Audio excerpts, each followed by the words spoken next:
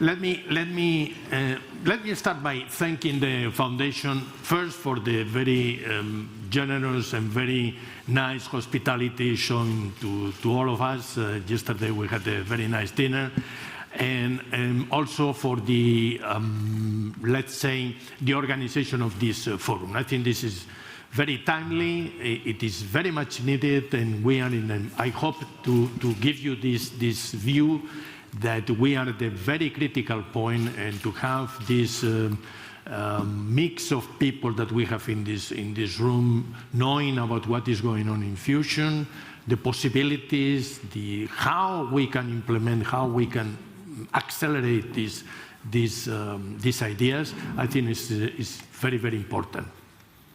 We are going to talk about my task that was given is to talk about fusion, but in the context of the global energy challenge and how to build, or let's say, building a viable industry from this point of view. I will try to give you an overview view, a view which is very general, but in order to prepare this talk, one of the things that came to my mind was I reviewed some of the talks that I was given in the 90s. I am one of those old people that I was mentioning. So in the 90s, I was giving this talk, and I thought it could be useful, mainly to see, okay, where we were talking about energy then and what happens today. At that time, you know, this is some data given by the World Bank data coming from the 90s, as I mentioned, and you see that for a person to exist, the survival rate is about 2,000 kilocalories per day. So we are more or less like a 100-watt light bulb, which is a little bit depressing, but this is what we are. And when you see the energy expenditure in kilowatt hours per capita in the 90s, in Canada, United States, in Europe, and so on, you see it's much higher than that. So we could make a very quick back-of-the-envelope analysis and say, okay, so what happens? The average at that time was 2,000 kilowatt hour per person per year. We were about 5 billion, 5 million people, 5,000 million people. So that gives you this number, 10 to the 4, 10,000 terawatt hours. So we can make, okay, let's make an assumption.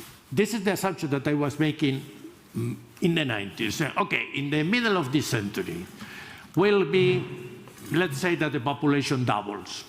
Well, maybe we are, I checked yesterday, we passed already 8 billion people, so we are relatively close.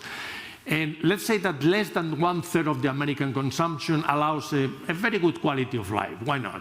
So we put this number, it's very simple. We say, well, will be 10 billion more or less at the middle of the century, maybe a little bit later. This is also a good estimation that is going on. 3,000 kilowatt hour could be a reasonable number. So it means immediately you are going to multiply by 3 the amount of energy. Is this realistic? This is the thing. Is this realistic? Okay, and I like very much this picture, this slide. This is coming from the United Nations, the Human Development Index, which is a very general. Some people don't like it, but essentially what it's telling you is what is your life expectancy, what is the access to health systems, what is the education, and what is the per capita income that you have in your country. And here, in my view, is a very, very interesting picture that tells what is going on with the problem of energy in the world. You see, up to 4,000, let's see, this is too small, but you see very well, in the 4,000 annual per capita electricity use, kilowatt hour, you see that once you get to that point, the curve stabilizes. It doesn't matter how much you spend, what is the electricity use that you use. Really, you don't get a better life, a better quality of life. But you have to get to this 4,000 kilowatt hour. And who is behind? Who was behind? China, you can see, India, the whole Africa. So it means these people want to live better. We live very well, of course, in Europe, in the US, in all the Occidental countries, but they want to live better. So it is unavoidable that they will be looking for this 4,000 kilowatt hour per capita in electricity use, because this is kind of a reference that we have there. And this is happening. This was, I remind you, this is from the 90s. What happened since the 90s? Well, what happened was that we keep burning fossil fuels. This is the reality. We keep burning fossil fuels and continue to do it in a way which is beyond what we are all willing to accept publicly, to be honest. And the implication of this is very high, is very important. You know, I'm sure that most of you have seen this curve from the Paris Convention, the IPCC in the 2018, where this is a funny also curve. If you see all curves that have been published in the last years, they all look the same. They look like now everything is increasing in terms of the how to achieve this goal of this 2 degrees increase in the global warming in our planet. That at one point we will be able to decrease this curve. But when you look at the reality, you see it's very clear. The projection doesn't look like that. And we continue to do, and you know very well that we continue to do exactly this. So what can we do? And of course, the solution is going to be fusion. This is, I'm not going to, this is not a spoiler that I'm going to make. But before going there, again, let me insist with this, because I think this is very important. The reduction in the global energy mix from 2009 to 2019 of fossil fuels had been 0.1%. It means nothing. This is a percentage, because as you know, we are all spending more and more, getting more and more consumption of energy, so the number is increasing strongly. And this is a source that is coming from the renewables now, from this. But we have to look for a new mix. This is unavoidable. Nuclear, of course. We have to forget about fossil fuels. We are trying to do that. But nuclear, of course, this is a possibility. SMRs is a very good possibility that many countries are considering. I heard that Denmark recently is considering that this during this year or next year, and next year they will be considering the possibility to include SMR in their energy mix. But renewables is what we think everybody is trying to present as the possible solution to have this new mix, and of course at the end will be fusion. But renewables, we all know, have the difficulty that they are intermittent sources. The difference between night and night and day is very important, in particular for photovoltaic. So it's not so easy to make this energy transition that is so much needed, and to look for this goal of in 2050 to have a carbon-free society. I bring to your attention this study that I had the privilege to participate on this systemic approach to the energy transition in Europe. It's recommendations that are given to the European Commission, and we finished this in 2021, this study. And let me simply, you know, we had a blackout in Spain a few weeks ago. And immediately came to my mind one thing that we had published in this paper, and you can see that we have a problem with our infrastructures in general. If you want to have, and we all want to have, the high level of high concentration of renewable sources, you have to manage the grid in a convenient way. And this is not simple, it's expensive. You need to have many new ideas put into how to manage these sources, and therefore it's not so simple, let me put it this way, to have this energy transition. You need a lot of money, you need the public acceptance of this measure that you have to take. You have to put a good, very good fees in the carbon emission and so on. So it's not so simple. So this is why fusion is the solution. Why is the solution? Because with very small amount of materials, you see with a little bit, 50 grams of lithium, 12 grams of deuterium that we can get from water. But we have 280 liters of this earth crust.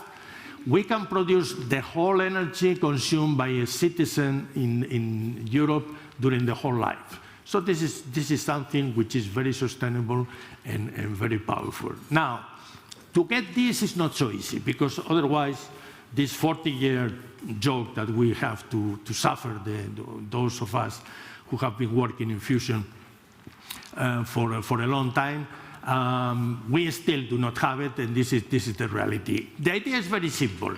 You have these two hydrogen isotopes, deuterium, tritium, you make the fusion, and you get a neutron, and you get a helium there, a helium atom there. The helium at the end is what we put in the balloons of children. So it's not really something that we should worry for other reasons, but not because it's a radioactive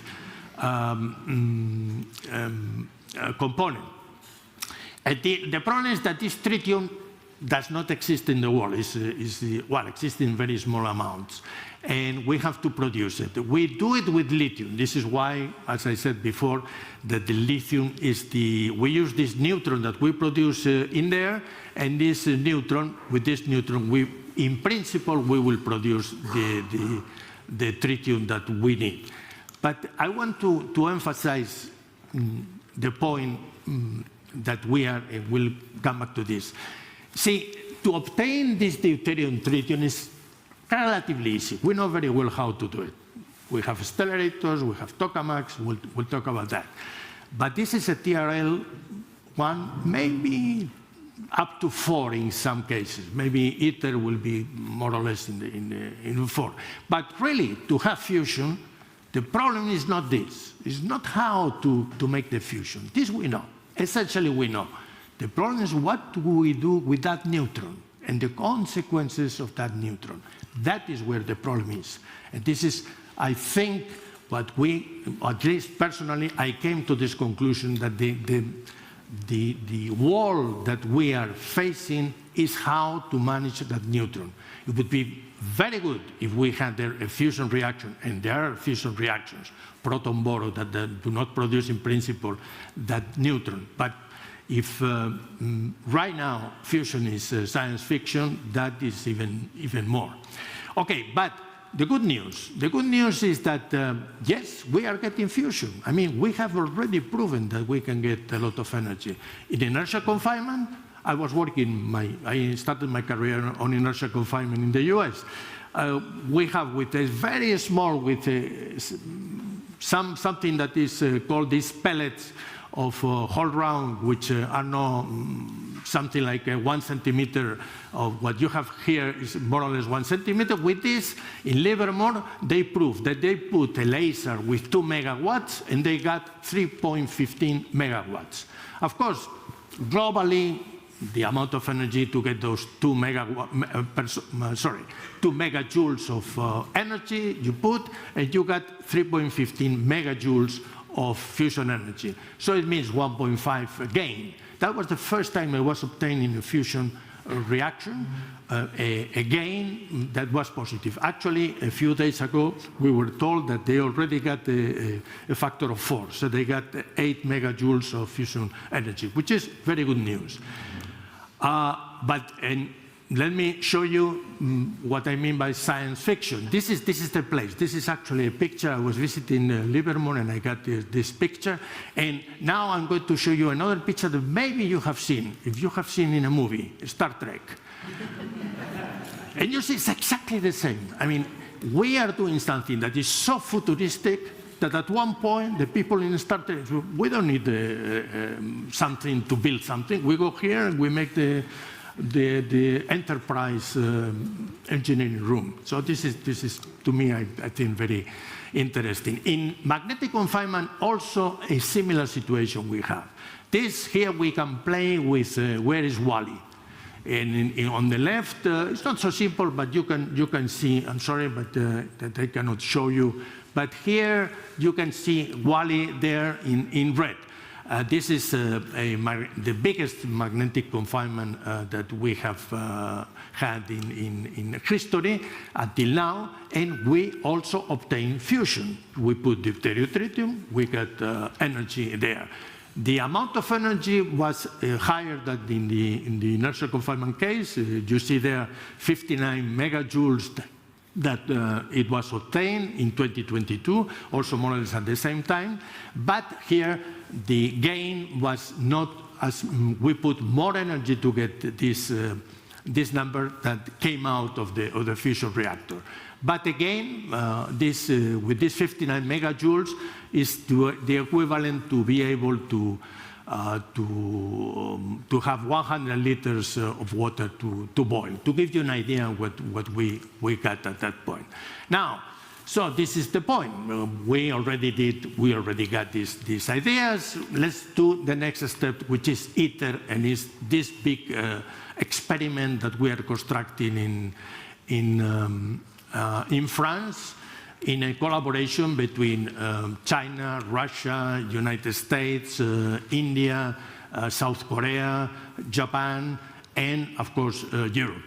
And you see, this is the situation, and as you can see, this picture was taken very, very recently, so it's very much in progress, but certainly, and this could be one of the most challenging energy research projects that has been attempted, with figures which are all of them spectacular, including the price, of course.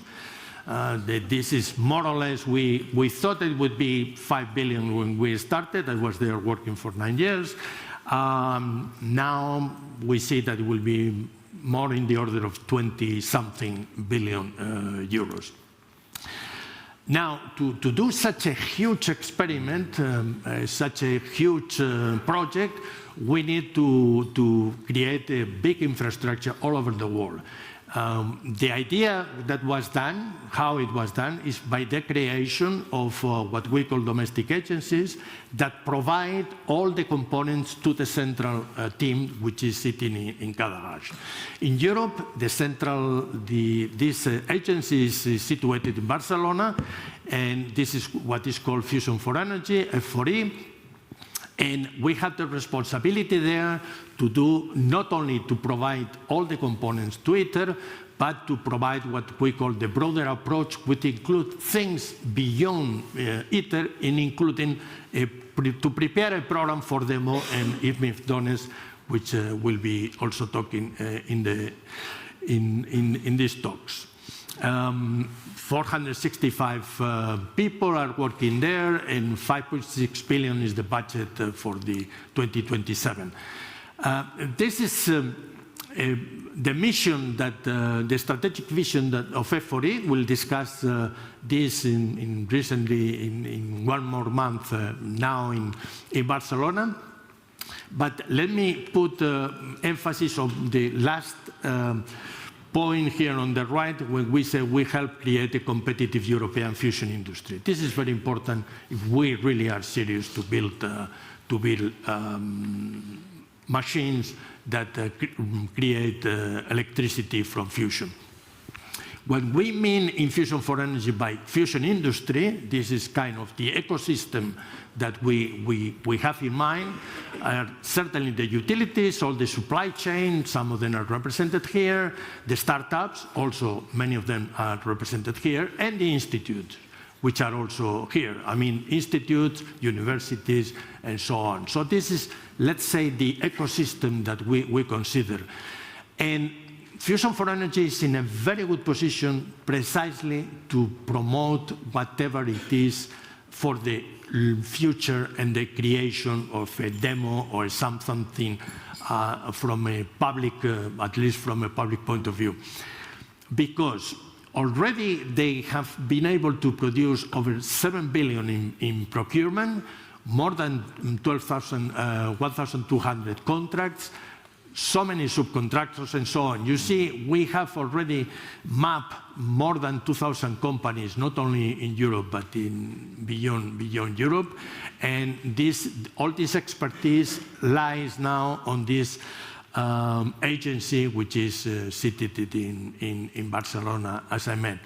And certainly, we have delivered. See, to create a machine that produces energy from fusion, it's not so simple. And you can see the dimensions of the coils that we have, the dimensions of the buildings, and because it's big. Certainly, right now, the only way that we know how to build a machine that produces more energy that is needed to work is really to make it big. The one in the center is, by the way, from Japan, because Europe also contributes to the experiment in Japan. But this is very good news, that the fact that we were able to produce these results in inertial and also in magnetic. Now, also, it's very good news, you know, and everybody who is related to ITER, we know we had a lot of difficulties, challenges, the delays, many delays. We were too optimistic on how the difficulties in order to build such a machine. And as a consequence, we learned a lot, which is very good.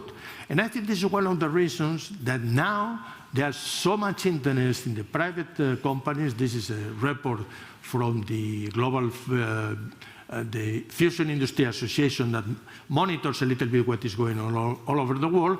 And right now, in the latest report, they say that more than 7 billion euros are being invested by private companies, which is very good. And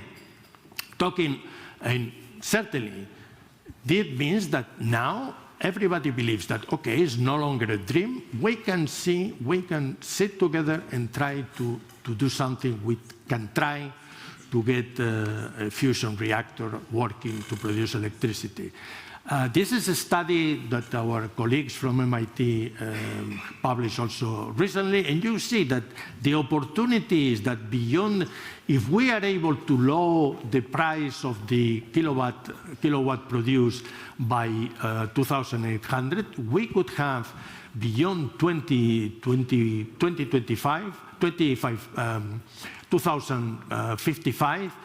a good percentage of the energy, of the electricity production in our planet. So this possibility does exist. This is the study that was done, as I said, in MIT. Maybe our colleagues from MIT can tell you more. You have the reference in the slide. So the possibility is there, but we have to make it a reality. A reality with the appropriate measures, of course. So let me make a personal final comment. I am a plasma physicist. I know that this may be a little bit annoying for many people in my community, but essentially plasma physics era has been fulfilled. It's done. Forget about that.